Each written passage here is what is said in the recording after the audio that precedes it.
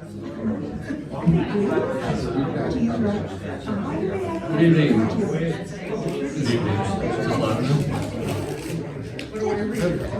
Welcome to the Dave Show Midstream reading series. My name is Richard Terrill. Thanks for coming out on a warm night. I was afraid we would lose our audience to spring, which would be almost forgivable. And thanks to Unity Unitarian for giving us this space, lovely space, every month. We have a mailing list that if you're not already on it and you want to be on it, please print legibly your email address. I'll send this around and we'll add you to our mailing list. You get 2 messages a month, that's it. No promos, no, not selling anything. So you're on it. You can pass that. We have a website, which is midstreamreadingseries.wordpress.com if you want to look there for information about upcoming readings. And also, as you see, we're recording this reading again, and it will be posted on the website as soon as Paul gets around to it. And I thank Paul Matties for doing that and doing the heavy lifting, our webmaster, and without him we wouldn't be here. We have books for sale from tonight's readers over this table. Please at least browse through them, and maybe there'll be something that strikes your fancy. And most importantly, there are bathrooms, yes, down the hall and to the right. And eventually you'll run into an all-gender bathroom.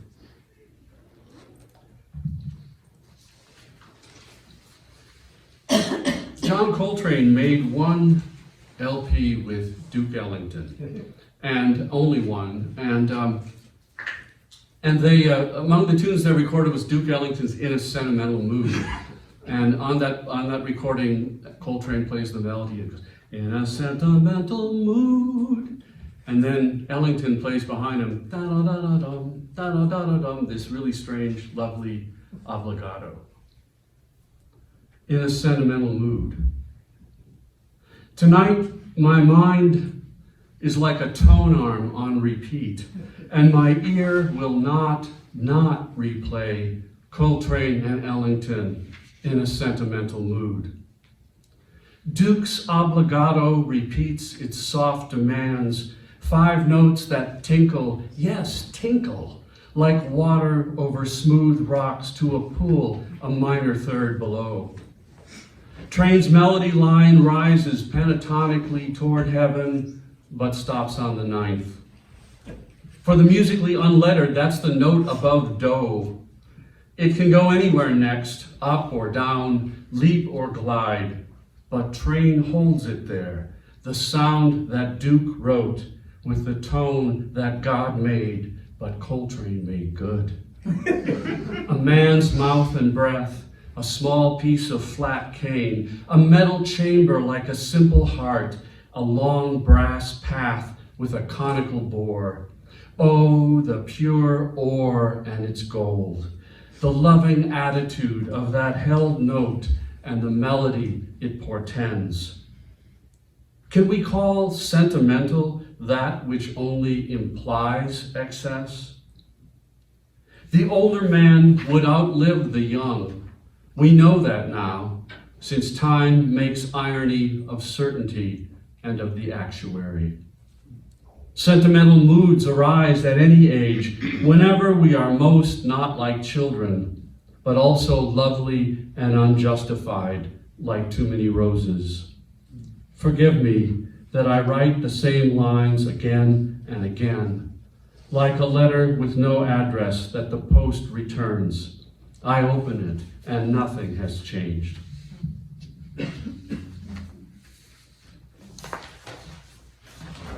Paula Cisewski's 4th poetry collection, Quitter, won the Diode Editions Book Prize. She is also the author of The Threatened Everything, Ghost Fargo, a Night Boat Poetry Prize winner selected by Franz Wright. And several chapbooks, including the lyric prose Misplaced Spinster. She has been awarded fellowships and residencies from organizations including the Jerome Foundation, the Minnesota State Arts Board, the Oberholzer Foundation, and the Banful Locke Center for the Arts.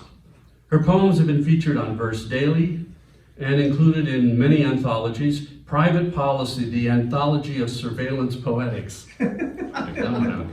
78, a Tarot anthology. Rocked by Water's Poems of Motherhood, Rewilding, Poems for the Environment, and New Poetry from the Midwest. She lives in Minneapolis, where she teaches writing privately and academically, co-curates the Waves Quarterly Poetry and Music Cabaret, and makes things at Yoo-Hoo Studio and Beauty School Editions. Paula Cisewski.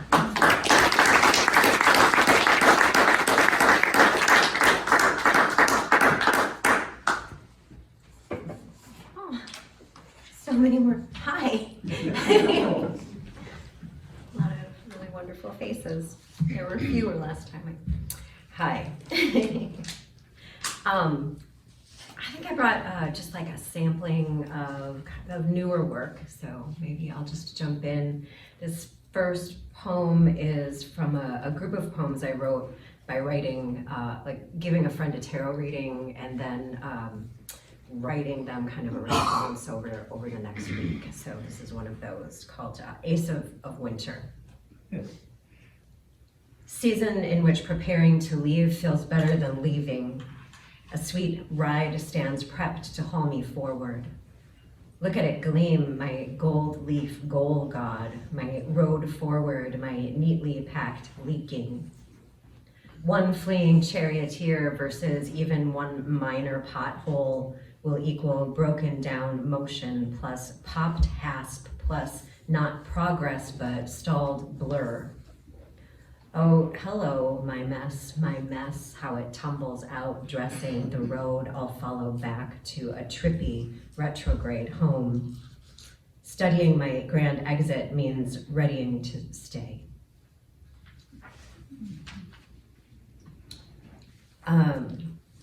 And let's see, this is from, I would say, it's just the batch of poems I wrote in quarantine, I guess, when all of the things happened to us and we were all at home.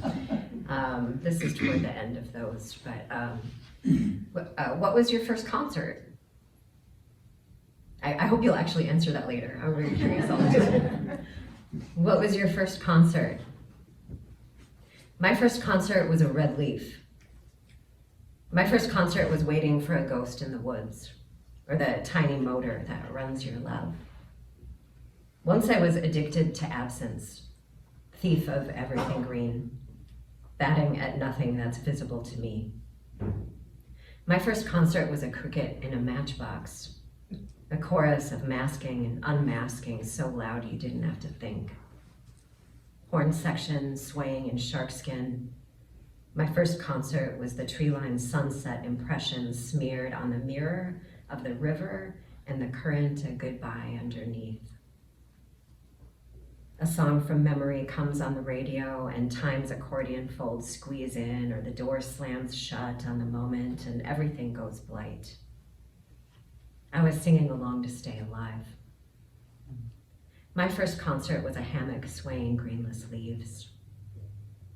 How is it you make me want to repeat everything, everything? My first concert was seeking a second heartbeat, unapologetic, undaunted by a missed leap. My first concert was the Captain and Tennille at the State Fair grandstand with my mom. That's not part of the poem. And then I also love writing at images. I love ekphrastic work, and so this is from another bunch of just not like anything I do at one time, but I'm just always coming back to writing toward images. And maybe you know the Twin Cities artist Allison Ruby. This is for her Entanglements exhibit. American Tangle #1. Waiting for the bank's drive-through teller to greet me from a screen, I realized I hadn't brought my cell along on errands. A little jolt of what if something happens, followed by a minor chord of disgust. Something we don't yet understand entangles us, an obstacle to our collective, to our convening. Artificial mycelium cell tower fairy rings everywhere, unlike in a forest. A living being feeds the roots of trees even as it feeds on them. Sounds okay from here, above ground, dare I say, rootless, often distracted by my lack of a pocket device with which I would be at best doing what? Devising tonight's distraction, or asking an app to direct my lost internal sense of some people with theirs write whole manifestos on the light rail. And does it matter? I don't know exactly where I am when I text loved ones from my device rather than bother them by leaving my voice on their device is such a tidy word devised with an intent. Also difficult to keep pushing out of my mind that metal for mine was mined by slaves. It's so disappointing when things are right there in the language and I live oblivious. Like recently, I had to visit a museum to learn the ground bones of buffalo, strengthened colonists' bone china cups and saucers at high tea. I have come to find working within a net of multiple errors is an anxious passion, never not some obstacle to repair, recombine, revision, or just well distracted to drop and shatter the screen of again. Damn it.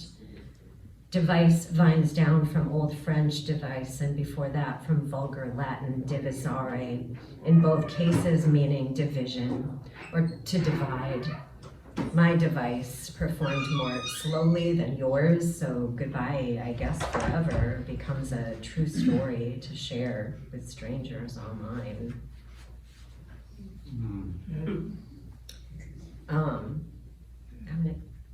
I really feel like this looks like I just brought a beer in here. That's a little dandelion ginger bubble water. You don't know. Sure it is. Back to the tarot poems. Remember how Theseus slayed the Minotaur and saved the tributes from the labyrinth largely because Ariadne handed him that string, but next thing he ditched her on some island? Yeah. The King of Wands is the King of Wants. He's hot for everyone. It's hard to look straight at his gleaming success teeth. They're all fire, like the rest of him, sincerely able and offering to rescue us all. Even if we didn't ask, we believe so hard we burn our own problems down to please the king, who is like our cool brother with a crown on, a real natural. We dare never ask to borrow his things. A day will come, he will sail away from us, heartbroken, saved, a little royal, ourselves now glowing in the ashes, the embers of victory. I've never really put my poems on both sides, which I always should, probably, but I keep like, nope, read that one. Oh, yep, check. We're good.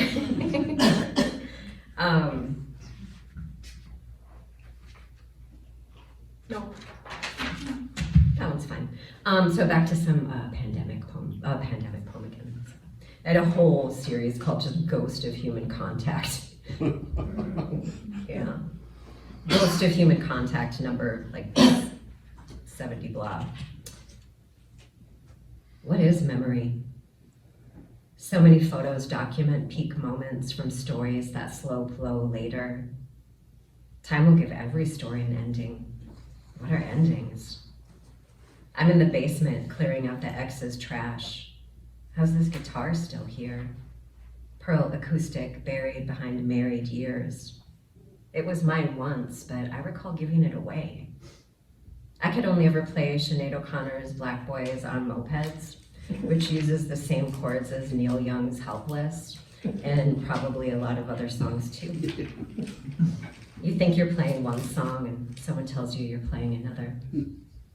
After the last bag went in the can, I didn't know what to do with the hollow sadness, so I drove to Home Depot and sat there in the lot, radio off, nebulously wanting, no shopping list.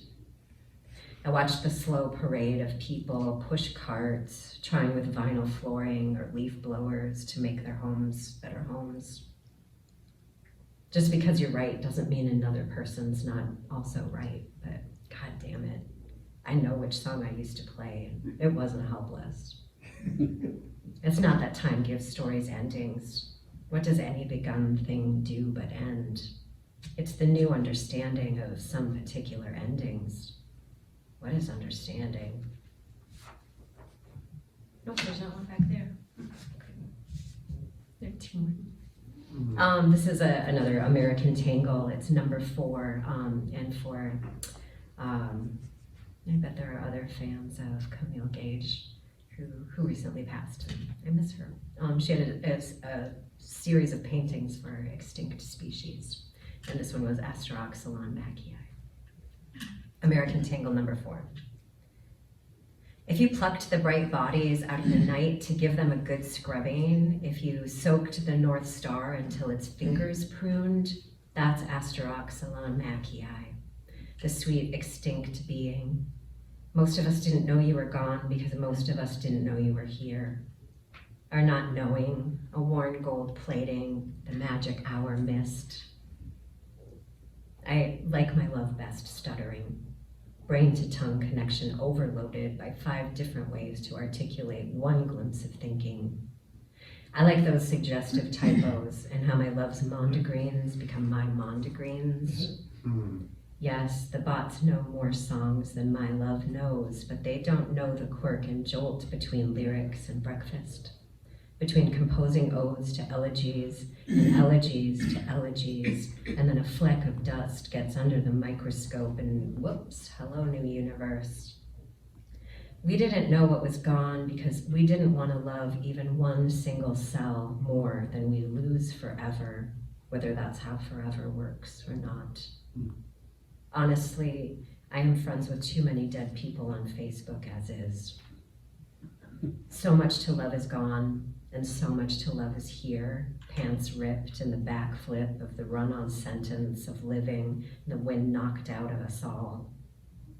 If our work is to feed the vine that connects this life to the sky, let's take turns being the xylem and the phloem. Let's get lost in the extant forest of trees we can't name. That tall one, that prickly one, that bent and drooping one Rapunzeling its way out of nothing. Asteroxylon mackii, my friend's masterful painting of a photo of a fossil trapped in shirt.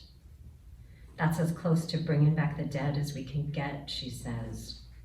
Then a flash mob of released spores crashes the understory. This is what I think a spring poem is, that I'm going to end with. Yeah, it's maybe the late pandemic last poem. Superfetation. Oh, I have no manners. Thank you for inviting me. It's really wonderful. I'm really grateful, and I'm grateful to all of you for listening. And this is my first time in a new space. I've been in that old space so many times, so thank you. It's great. Superfetation. Yes, it's the season of tender buds after nothing but 2 of a boot thwacked off in the mud, a tossed diaper blooming in the dogwood. There's unmaking and the making of every season. One good melt and here's the sloughed off everything suddenly on wet display. Yeah, daffodils, wren songs, sugar eggs, and getting pregnant while already pregnant, which is a thing rabbits can do, and mice can do. We kill our gods to watch them rise. And just now, when I double check what feels made up, other animals, even the occasional human woman, can do. Creation, like destruction, is mostly one accident on top of another, is mostly doubled up language, blood and spittle, the incubating truth begot in the tenuous vessel of yesterday's body. Yeah, peach blossoms, iris blades, buds, and multiple clutches of bunnies.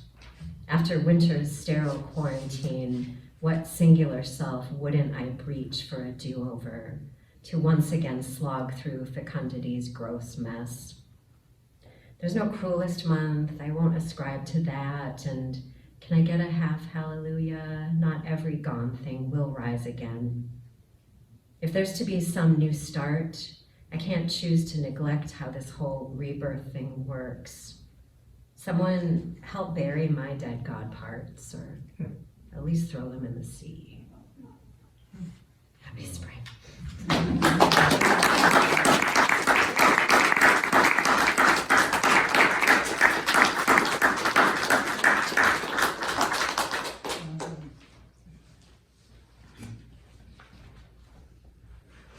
It was Paula Cisewski. Norita Dittberner-Jax will be reading new poems from the forthcoming World Enough and Time, new and selected poems from Noden Press. Is it here? No, No. It's still forthcoming. Okay, okay. Wanted to make sure. The new poems are. The new poems, okay, there they are. She is the author of 6 collections of poetry, most recently, Now I Live Among Old Trees. Her previous collection, Crossing the Waters, from 2017, Noden Press, won the Midwest Book Award in Poetry. Norita has won awards and fellowships for her work, as well as nominations for the Pushcart Prize. She's one of the poetry editors for Redbird Chapbooks, a former teacher for St. Paul Public Schools, the Arts High School, and the Writers in the Schools program. Norita is a native of St. Paul. Norita.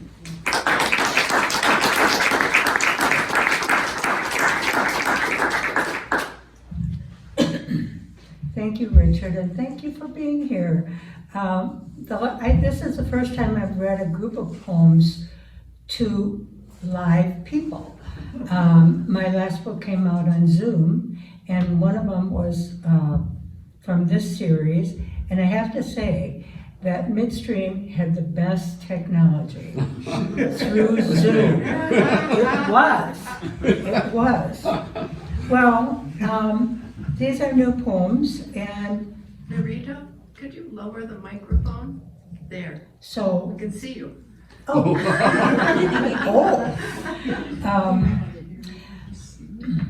I live on the 6th floor now, and I've never lived high. I've always lived on the ground. And I moved there after my husband died, and I'm still kind of reeling from that, so you'll hear a little bit of that. But it's very interesting to live at the tree line. I mean, and to see so much sky. So this poem is called High Up Sunrise.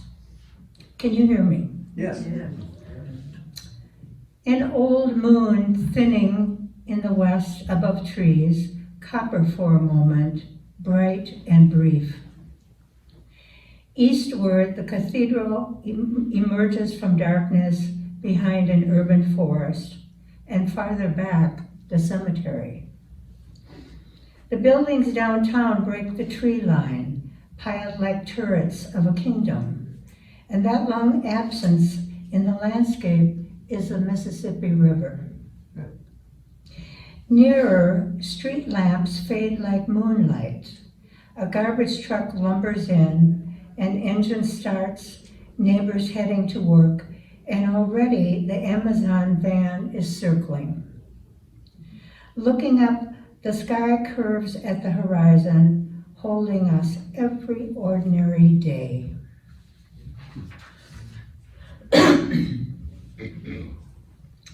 The garden.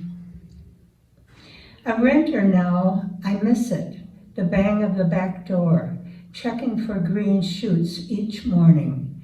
Then I remember, I own a parcel of land at the cemetery.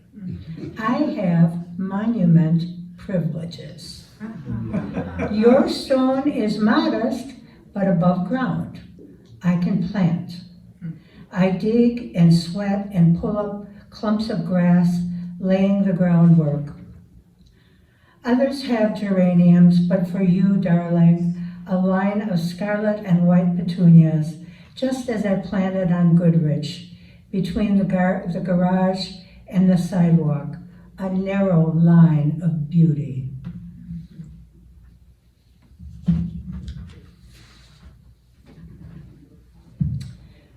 The life of plants. A plant which looked to be mature, but then blossomed unexpectedly. A surge of nutrients from another plant, cross-fertilization, a noticeable growth. They flourished, both robust, sending out shoots for years until the mate plant weakened, the source of nutrients changed. She made up for the loss, ignoring signs of her own change, and when the mate plant died, the ground on which they grew leveled. The surviving plant felt the weakness of her own stems, the stalk not as strong. She got smaller and smaller, and finally understood they were both just earth after all.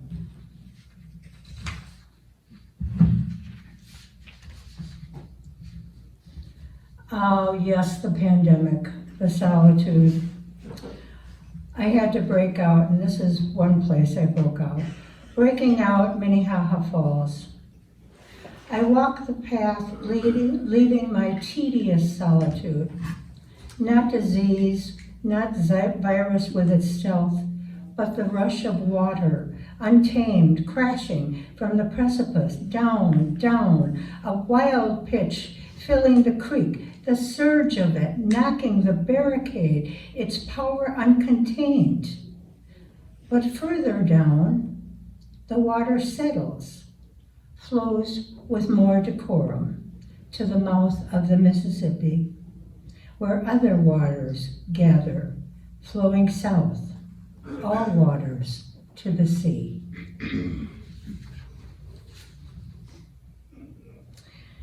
And this poem is Hunger, and it's an important poem for me because it concerns something that I'm always so perplexed with in this life that we lead right now in this world. And maybe this is one of your concerns too. Hunger. Yesterday, the refrigerator held bottles of hot sauce and milk, sour. I used up everything in the freezer, frugal me.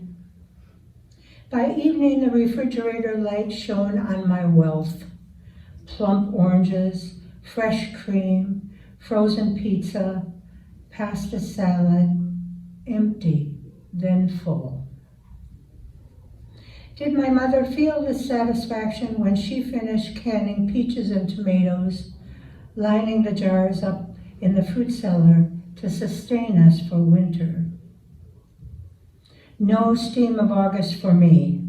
I fill the gas tank of the refrigerator at the store, cook sometimes, and eat ice cream every night. In the morning, I read the newspaper and see a woman from Ethiopia, Yemen, Syria, holding a baby whose skin barely covers bones. Almost every morning, another child. The photos stay with me. I think of the photographers recording this day after day. When they get home, they go grocery shopping. I send money and prayers, but I don't know what to do about the having, the not having, the great sorrow of our age. What to do about the knowing.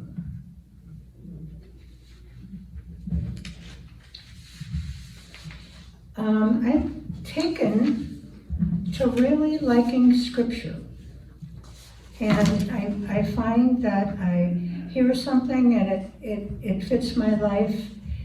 And so there are a few poems in this, in the new poems that begin with scripture.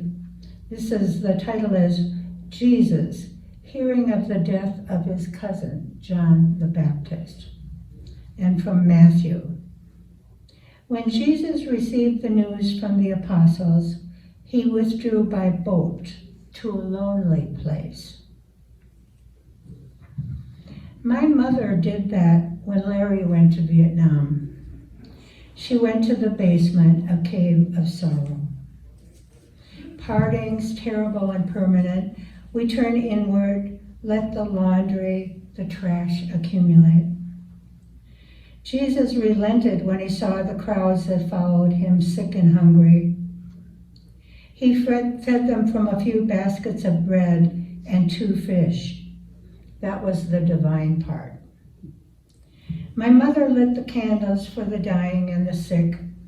My brothers and sisters did that too. I forget to light candles, but never forget the leave-taking.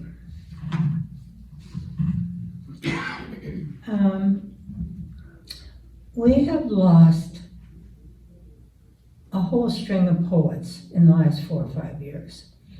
And it's just a real loss, and they're all local and quite well known. Not the least of them is Mimi Jennings, who was one of the coordinators of this reading series. And she was an absolute light.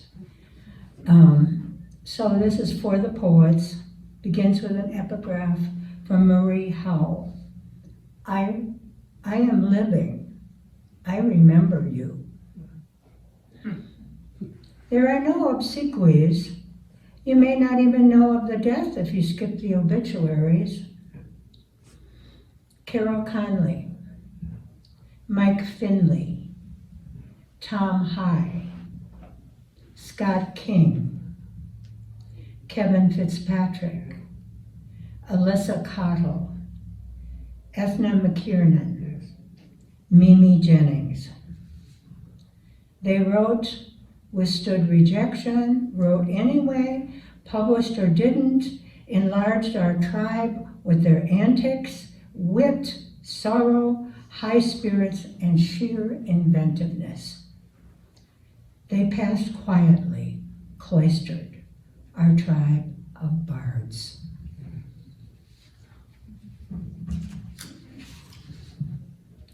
The last few summers, I rent a house for most of July on Park Point in Duluth. And I'm just really crazy about it. So Park Point, Duluth. The blast of the ore boat, 1 long, 2 short, and as the engineer calls back, the counterweights move down and the lift bridge goes up, a feat of exquisite balance. Misabi Minor glides into harbor, riding low, all 1,000 feet, longer than my city block. The cars on either side of the traffic gates wait for the Lion of Commerce to pass. I am a tourist and not. This is my daughter's city. Her job to be tough and tender. The city's struggling, hard scrabble neighborhoods and the prosperous 4 square houses which stand against the wind. How she loves its streets, hills, rising up from Lake Superior, like loaves of bread, a mythical landscape. I cross the road each morning to walk the beach and greet the dogs walking smartly. If I'm alone, I sing, "My Lord, what a morning." One morning at the beach, I saw a woman on crutches enter the water, a guide at her side. Then she gave over the crutches and dove in. In my little house, I live alone and not alone. My children come and go as they did in childhood. Leggy grandsons bound the steps to the deck, dangling car keys and bringing me pizza. The man upstairs rises before dawn to water the planters downtown and baskets of blossoms, colorful as hats at a royal wedding. He does the work of the flowers. Friends stay overnight and we see each other's nighties. One stares off, embracing the lake while the film of her life unrolls. Another speaks, 2 speak, the silence when they're gone.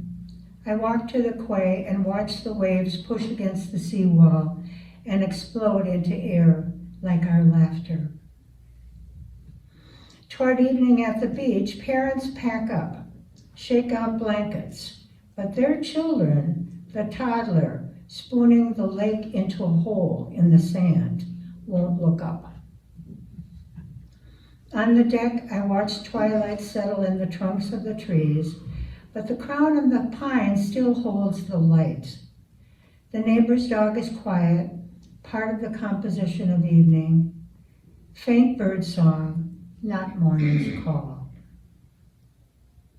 City dweller, I love the horizontal line, the sky, the lake, a seamless line of water, not the wild horses of yesterday. The beach is empty except for a figure crouched in prayer at the edge of the water.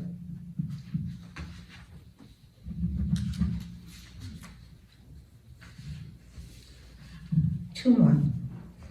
Poem for singles. That's what I am. My sister, divorced, told me years ago that marriage is a novel and being single short stories. I see her point. Sometimes being single is a poem, though, often a limerick. I miss the depth of me and thee, love, that's gone. The world is coming to me in a new way. My garage mate sees my book on the front seat. I've never met anyone who read my bright abyss. The stranger who saved me when I forgot the front door would be locked, a bad end to a beautiful night. I'm writing an anthology of tales and counting the blessing of it. What John Brantner, God rest, called The Caravan, or Chaucer, stories told on pilgrimage. And I'm going to end with the cows. Cows. Dusk. After a difficult day, we walk back through the woods with our dog Muffin, the path littered with fallen tree limbs and cratered by the hooves of the neighbors' cows. We saw them ahead of us, young ones, startling with their big heads, black and white Holsteins, bodies firm, not the ponderous weight of their mothers. Curious, they came forward. The dog barked and ran at them, a show of bravado. They stopped. I picked Muffin up and held her. The cows came forward, big and kindly, the flutter of their breathing, a wave of moisture in the deepening twilight. Thank you.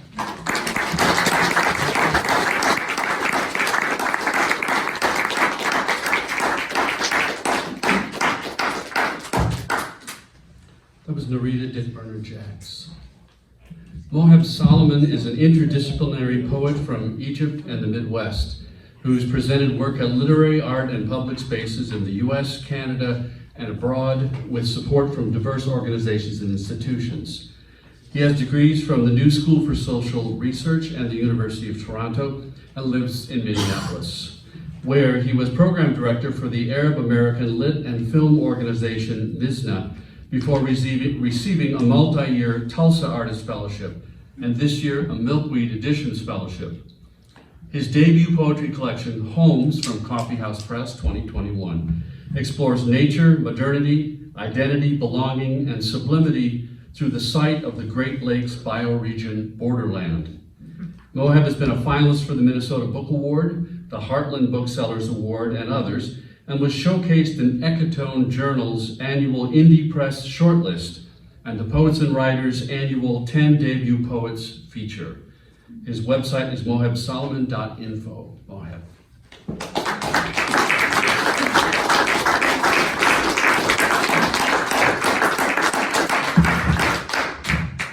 hope I don't make this thing go crazy. I get scared of microphones. Okay. Is that doing all right for you? Okay. I'm really so glad to be here, and I appreciated both of your readings so much. And yeah, just found some really beautiful intersections. So I feel really lucky. I haven't really grown up with a lot of writing communities actually, and so it's wonderful to be invited into a whole new one here. So I'm gonna read you some poems from my book Homes. And yeah, I get really weird sometimes reading from this because I kind of wanna like read a poem from each of the 5 Great Lakes and each of the themes that are really important to me from the book, and I just get kind of weird about it. So we'll just see how I put this together. But yeah, it's really a big love poem to the impossibly complicated nature of the Great Lakes region through, I think, a lot of contemporary issues that we deal with, from race to capitalism to environmental issues, and they just sort of get all tangled up in an effort to really commune with nature in our time. So yeah, I'm gonna just kind of start off with a poem that I think kind of captures my experience of the region. It was, I kind of spent 4 months circling the Great Lakes and spending time with different organizations and communities, so a lot of it was kind of fleeting and transient. Yeah. I'm gonna try not to bang things either. This poem is called Lighthouse Lit, Dawn Opaque, from Marinette to Menominee. You can hide a lot in fog. I saw no terrace with chairs, hot tub, outdoor shower, skidoo in silty lawn, and beagle dragging a bikini top behind after sleeping in it. I was packing the car at dawn. All life seemed out of touch of water and its problems, a lot in fog.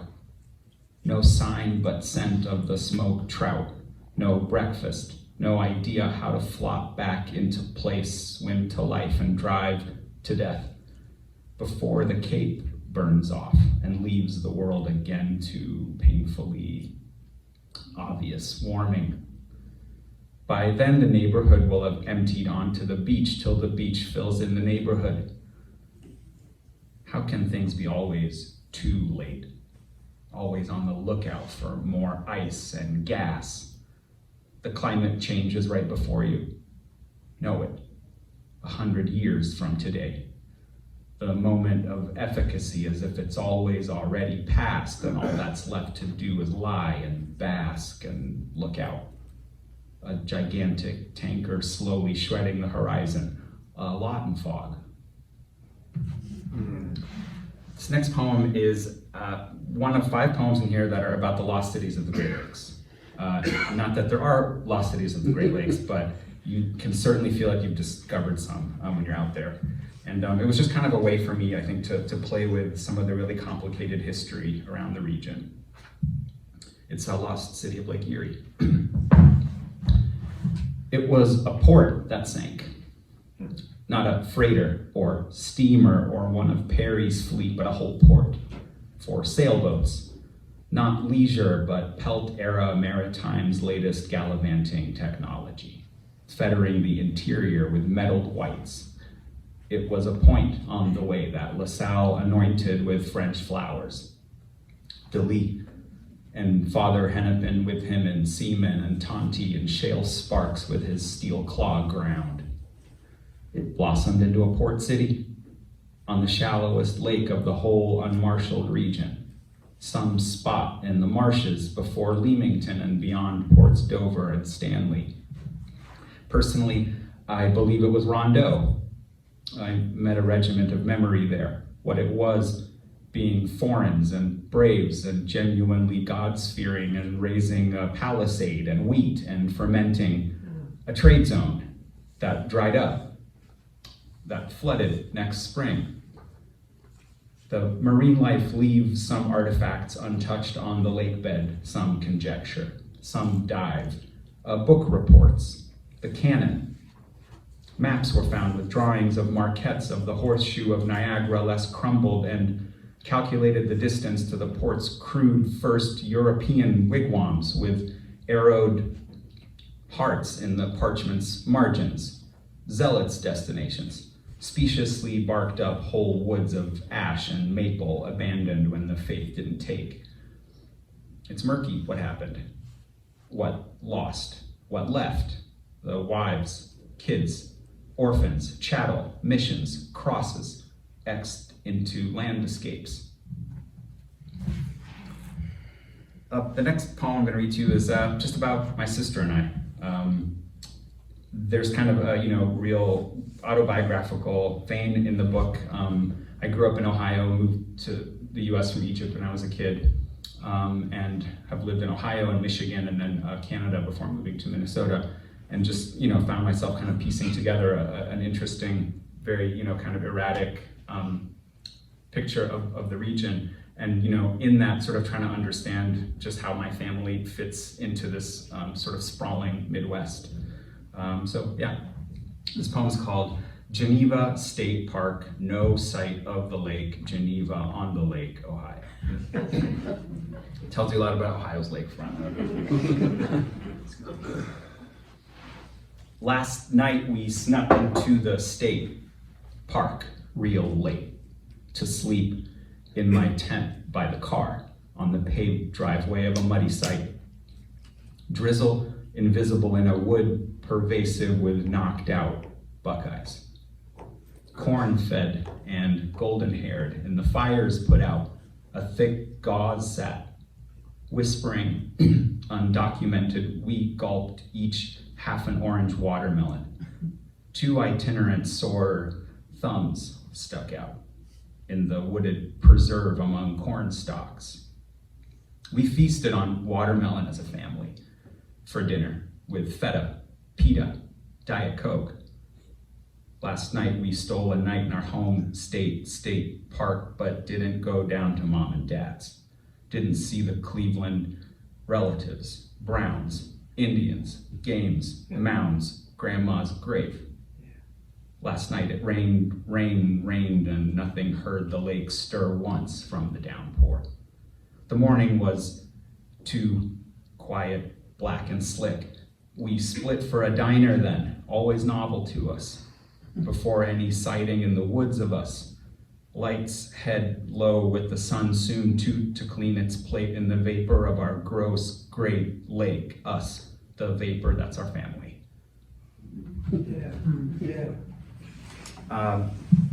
Okay, I want to read this weird poem. It was like a part of my protocol to go to every weird small town like Great Lakes Museum, Science Museum, History Museum, and there's just all kinds of stuff in those places. They're really fascinating, and the ways that they frame the region and their part in it. And it can be really overwhelming sometimes to kind of work with that much history or the science and what we know sort of about environmental issues, and instead of sort of being really jaded about it, I think sometimes you have to get very absurd. So this is called Talks at Great Lakes Science Center, SS Meteor, Maritime Museum, Marine Museum of the Great Lakes Lore, Maritime Museum, Great Lakes Historical Society, Shipwreck Museum of the so on and so forth. Fish advisories, hatcheries, carbon and credit dioxide and card deals, oxygen depletion, leachate, oxen, chicken, scat, smelt, and eaten, research, veto, funding dung, zoo and phytoplankton, finding purchase, zebra mussel, alewife, sea lamprey, purple loosestrife, European buckthorn, exotic species, that is, immigration, beautification and eutrophication, lake stratification and turnover from the peopled epolimnion to the deep sunk hypo needling the tepid thermocline, moisture-bearing care packages, hydrologic unicycles, suspended particles, and articles. The Great Lakes, or they're one. When the early Lake Algonquin poured out 3 ways to the Atlantic and 1 way to the Mexico Gulf, our region evolved as the first rest area in an era humanless. Land was cut into water by a constant stream of glaciers summering in pre-Georgian Bay. Perverse creatures of the lust to wander camped their proto-RVs in fields of Pleistocene weeds. Minerals were compacted to bracelets, chains of islands big. Civilization was the frontier to nature, It sprung up everywhere with its vistas, the love of which was only survival for us newbies with balls of eyes, pre-Americans vying with no British for ascendancy of Frenchless and non-native held lands. Not even algae was invasive, but it was nonetheless languorous chaos in the wilderness, and skin did grow thick on the teeth. And by it time stoically passed, language was impossible. Words confused with, vowels confused with consonants, water and continent were one. Consonants and continents with water and vowels. Everywhere was a sort of water Pangea, a lake somehow floating invisibly in a sea. Two Pangeas, impossible. Like your eyes say. Two Pangeas. Deafening blue jagged green flake at heart, black iris folding out the dark. First life. Life is too impossible. A touch away from your face, and it's as if I get a look at life from space. You see for yourself, see for me. The world is two, land and water, shallow and possible. I wait and wait and wait and wait and wait and wait and wait and wait and wait and wait and wait. Just have a few more poems for you all. Kind of a bit more of a biographical poem. Again, I think the book is at times like really trying to triangulate, like immigrant narratives of belonging, European settler narratives of belonging, and native narratives of belonging, and kind of the time scales of those, and how one, from my background, kind of explores and understands and claims a place. So yeah, this is called Back Parts.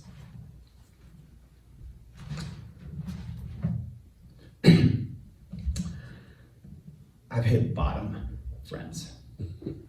Rock to you, your Mediterranean interred sea where I am from. These are my dad's trunks. These are my dad's calves. These are my dad's chests. These are my dad's hands. This blood, my dad's. The sharks would come, but there are no sharks here. Where am I from, folks? We from? There's no predators here save storms and waves of immigration, but all over the lakes are shaped like predators. Seething wolf, leering shark, mouths, points, shipwrecks stand a better chance of a homecoming than the packs of immigrants that beached at drowned wolf, blinded shark, tongues warped into Wendat and English, naming, maiming limbs of peninsulas. Ripshod creatures' claims for places that no one wants, stuck together families like amphibious gangs, growing back parts. I'm just gonna read you a couple more. This poem is sort of trying to struggle, I think, a bit with, well, I guess tourism in a way, although I think it did a good job of veering away a bit. But the constant arrival and consuming of a place and moving on and moving through it, and kind of just trying to imagine another way about how place exists in relation to people. It's called In Ontario, but Far from Superior, or These Missed Parts. You do not arrive. The place arrives. You are alive. We are alive. Wait on the risers by the shoreline.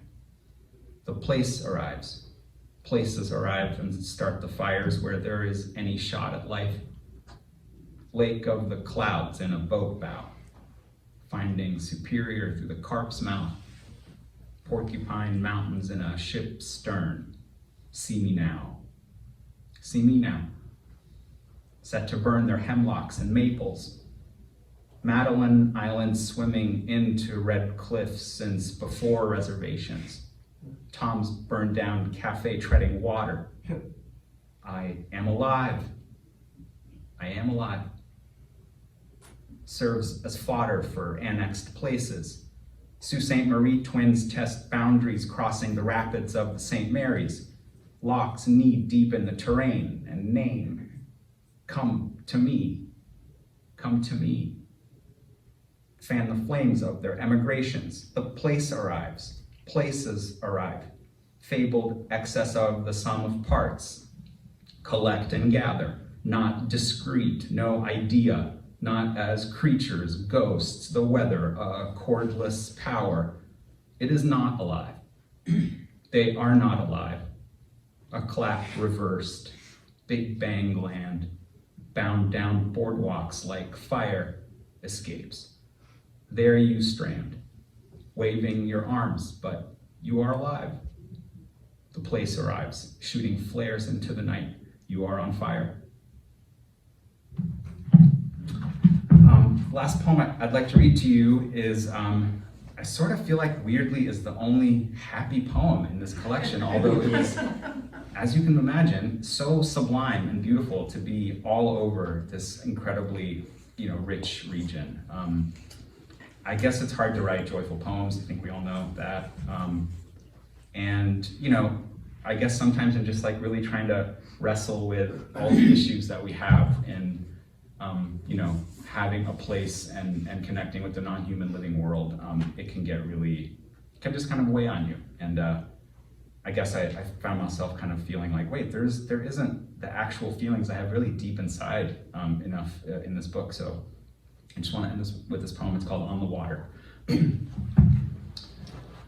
it's also really very mediated by technology, this poem, so maybe there's some weird hope there for what's bound to happen to us all. And the world entire would load before your eyes, and there's no more. And caches clear, and all songs stream at once. The sound delayed, avatars retired, and all seasons complete at once, with the earth tilted on its axis no more. The weekend's lightning, languorous, arms stretched after lunch. You can't take more. And the robes are soaked. Why? They can't absorb another drop. And what's more, washes over unimpeded now. And there's more. The morning after all justice meted out, all grudges would be lost in the cloud, and power would go out, and all leisure would be more radical then. And the fight would go out of you with the world at your fingertips, guiding your hand to the ends of luxury. It doesn't get any better than this. There's more of the same, and who could want more? Thank you so much.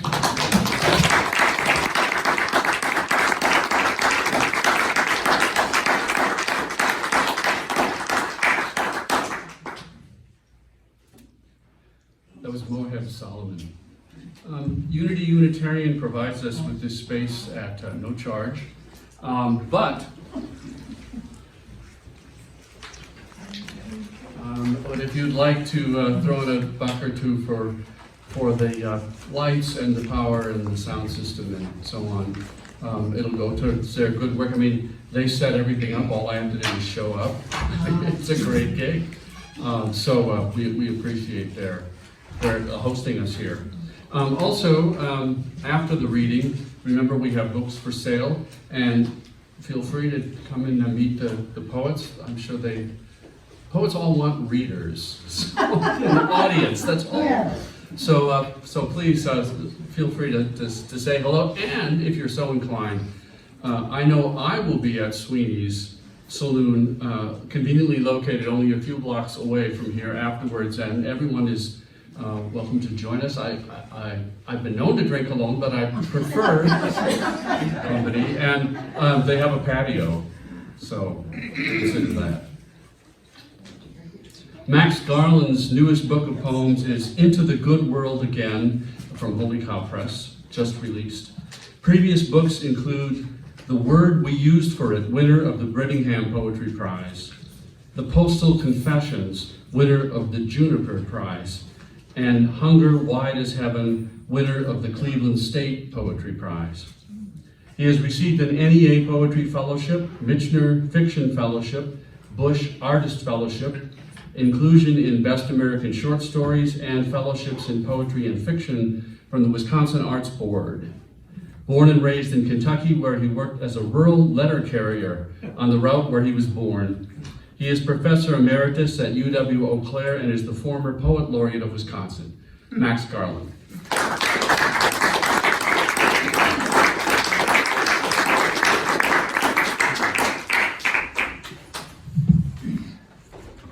Thank you, Richard.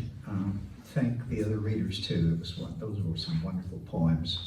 And thank you all. It's hard to sit for, wonderful as they are, poem after poem after poem. So if your mind wants to drift, feel free. I grew up in Southern churches, and they were wonderful for daydreaming. So, it's one of the best uses of a reading or a church sermon. Distraction. So I spent about half my life in Kentucky, Western Kentucky, where I was born, and half my life pretty much in Wisconsin. So that's just become true. This is a poem about my first concert. My uncle was a Pentecostal church. He wasn't a church. He was almost as big as a church, but he was a Pentecostal minister. And when my parents eloped, when my mother was in high school, they hid their first night in his woods, in a borrowed car in a logging run on his woods. And so it's kind of in gratitude, we would go to his church now and then, for hiding them out. And we were not Pentecostal, but nevertheless, I consider this my first concert. It's called Memories of Pentecost. I had an uncle who healed by faith and drove a Lincoln. Smack in the middle of the forehead with the palm of his hand, and the eyes wobbled in their sockets. Sound like a ribbon unfurled from the tongue. It might have been Hebrew, it might have been Chickasaw. It may have had something to do with marrying cousins. Who's to say it wasn't the blow of grace itself? The organist beating the hymn like a bad child. The ceiling fan spinning as if the roof might fly away. And even if the Spirit missed me by an eyelash, a whisker, even if Sunday after Sunday I dodged the white arrow that pierced the true apostles, it was enough to know it was somewhere in the family, somewhere in my uncle, flapping like a wild bird in his chest as he touched them, as he let them go, the organ swooping down like a train at a crossing, as he danced his little dance, one step, then a wiggle. Sweet Jesus, sweet jangle, the keys to that Lincoln alive in his pocket.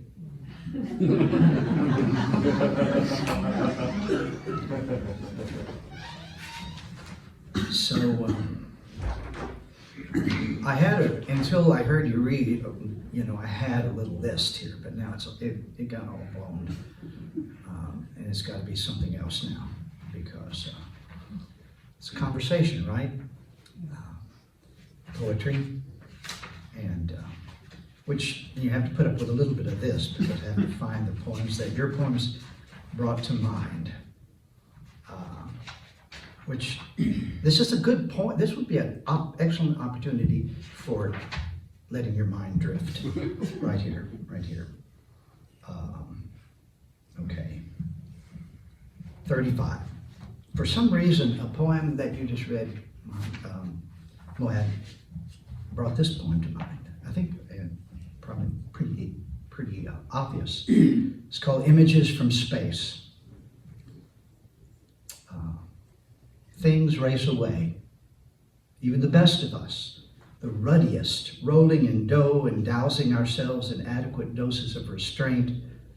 Even the healthiest mules among us are a blink, a wink or two at best, not even remotely geological.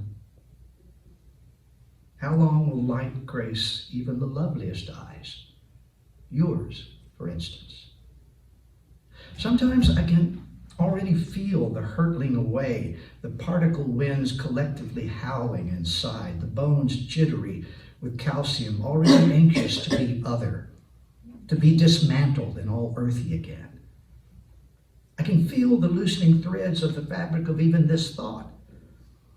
My face in the mirror barely bothers to move as I move anymore. It's ahead of me or behind, it's bored with static resemblance. Things race away.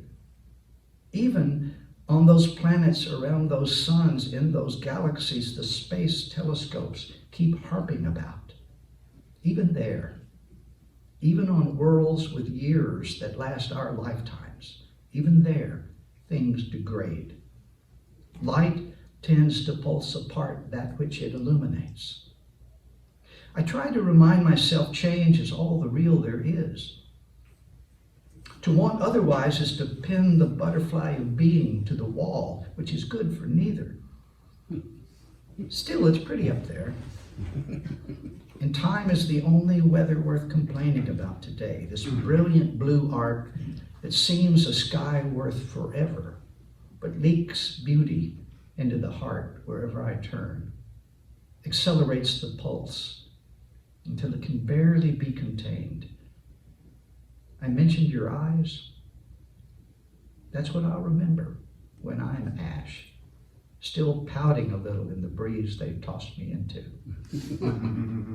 How intensely dark in the middle they were, but the irises, like images from space, those violet gold flecked nebulae, where better stars are being born.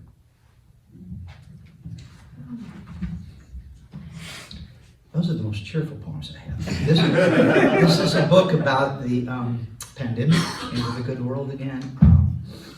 So I didn't see many people. I was to come here one time, and there was a snowstorm. I had to turn around and go back. Another time, I think I had COVID the first time or second time. And I thought, today, nothing's in my way. And then my GPS said, you know, here's how long it will take you. Flood warnings. And then fire warnings as well. And it was flood and fire. And it's this is a trick.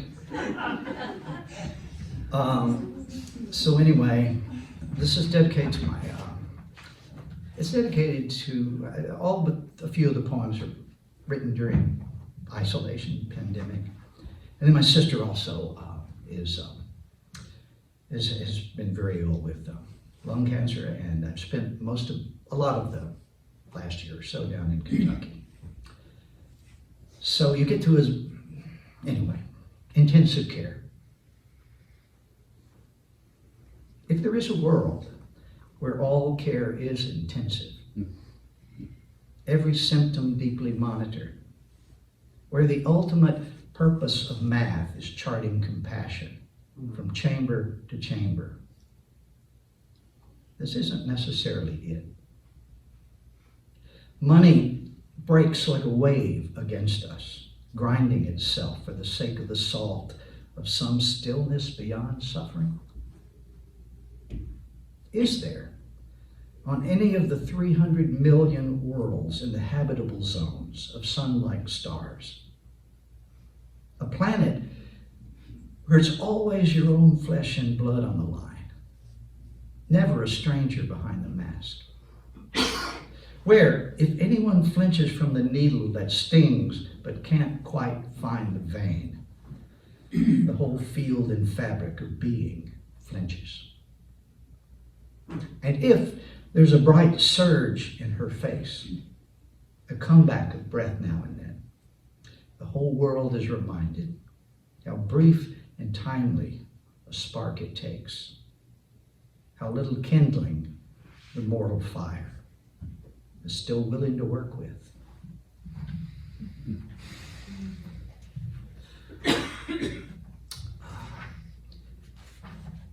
Maybe I don't have to read all of the pandemic poems, but yeah. I've only written one poem in I think this one is for Richard. I've only written one poem in a bar in my life, and this is it. And it's a bar in Eau Claire, Wisconsin. I know 2 or 3 people who have found their life mates there in this particular bar, and I know quite a few people who have lost their mates there. But there is about the last 2/3 of this poem are a pickup line, and I've never personally used it, but you're welcome to try. If for it to work, you'd almost have to memorize it, but you can give it a try. What clouds the mind with love? I recognize this bar. Oh, and this is also for the single people. Eau Claire's not that far away. What clouds the mind with love? I recognize this bar by the smell of the lack of purpose here. And how maybe there's more to the mirror than meets the eye. Say you're perched on one of the planet's many bar stools, and here comes an absolute flame of a person. I mean, here comes truth and beauty with a timely amount of local swagger. And the bottles behind the bar are arranged like cathedral spires, but the choir is mostly internal. A series of flashes from the hot ends of dendrites, and you're passably articulate enough to look him or her or them in the eye and say, "You don't know me. But much that you do know is also known to me. The sky, for example, the stars therein. It's almost as if we're 2 creatures fashioned for the same dark destination. In the meantime, what are the odds? This very world, the emergence of life forms, the invention of speech, the rise and fall of etiquette, the buzz in the brain that binds us as sisters and brothers, and yet the crucial estrangement that mimics the distance between one fingertip and another, that mirrors in turn all distance, both within and without. And yet here we are, in the fleeting attire of flesh and blood, as the mirror pearls the dim grit of the room, as if the past were drunk and gone, and the future possibly illegal. Which, correct me if I'm wrong, is what strips the gears of clocks and stars and clouds the mind with love. Like I said, I haven't tried it, but I'm good at that kind of thing. Invasive. This is my Great Lake poem, I guess. Even the zebra mussels who lie here in ruins carved clean, bleached and rattling in the sand in subtle music of foam, encrusting the driftwood, even these unloved thumbnails bear their deaths well in the sun. Shorn of whatever nerve and appetite they harbored, having clung so tightly to sift their lives from shallow water. Even the misplaced exiles born in ballast on bowlines, waterweeds, and bilge claim their foothold in time. Even invaders, cloggers, and corroders crowding out the local. Even the reviled break down underfoot, under time, under wave. Sooner or later, you can't tell the stranded from the strand. Sooner or later, sand and grit gather us up, the muscles in me. Bone and shell and splintered wood and even ground down glass beatified, tumble time and time again through the gates of the green waves until even the broken bottle, mindlessly thrown, assumes the rounded shape of the shining world. A couple more. I think the town is getting restless. Get out of here. All right. Instructions for the outpatient. I spent a lot of time in intensive care rooms and other kind of rooms like that over the last year or so. Some for me, but mostly for other people. And I just, this riff, I just had to make something of the tiny riff. You may feel a little sting. That just like, I just could not leave that alone. I heard it so many times. Instructions for the outpatient. You may feel a little sting. You may reel headlong into a breed of darkness one rarely finds except in the trenches of major cities. During the procedure itself, you may have the sensation of opening like a rare flower. Bees tremble in the dewy calyx. This is normal. They aren't real bees. The humming originates elsewhere.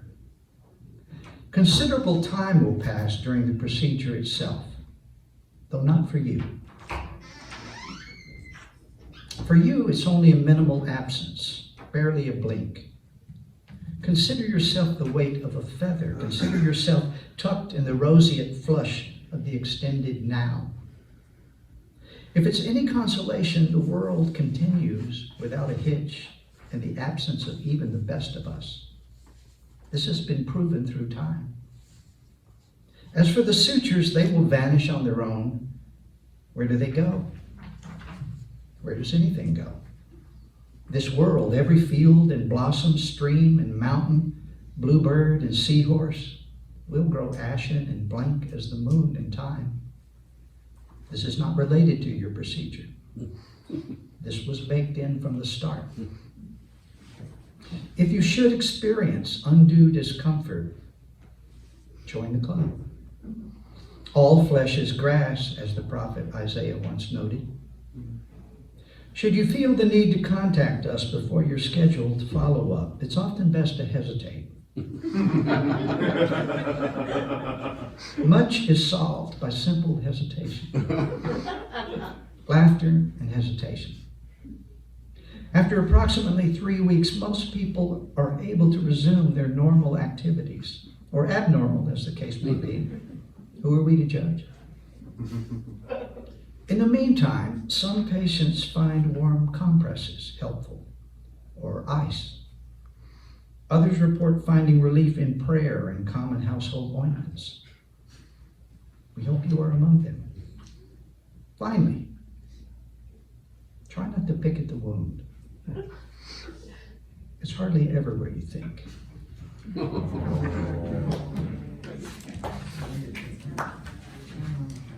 And, okay, one last point. I think it's sort of cheerful. I don't know. The world has ended in about 2 poems so far, I realize that. The best things in life are the most expensive. That doesn't really sound that cheerful, does it? It doesn't sound like that, like unity-like. You know? Best things in life are the most expensive. Grass, for instance, which shines with the wet light of morning and lines the bottoms of small baskets and valleys, costing all the way from the center of the sun, photons pinballing their way to the unfurling corona, and then smack into the sheen of the grass. And kissing, which cost approximately a fortune and stirred up chemistry and repercussions, betrayals and strollers and sonetry, and then all those shopping days until remorse is done, and snowfall, which is the bread of heaven, though broken by the time it gets here, but Lovely when wind carved and shattered into spectral bits by low angles of light. And then teaching the pine branches to balance the snow. All expensive. And music, which cost millions of years in birds and wolves and longing to learn. And true love, which cost an arm and a leg and imagination alone. Not to mention the sexual appliances like cars and shoes and well-appointed lairs. And words that well up and want to be, but nerve is missing and must be hunted up and down the corridors of the spine. Separated out from the more plentiful cut-rate words that shine a little, but soon wreck or stick or cease to console. So expensive, hardly less than unaffordable for the best things, time and memory and forgetting, water wearing over rock it took half the life of the planet to form, and wishing you could hear it all more deeply and longer, and also silence. Thank you.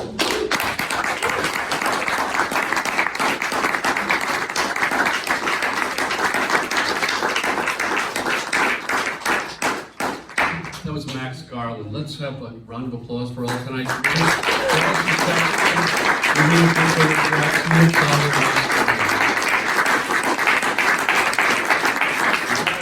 What a night. Next month, Thursday, May 11th, Mark Walker will be the host, and she will welcome Sharon Schmielars, Jeremiah Gamble, Gary Mabbitt, and Caitlin Hibbard, and hope to see you then.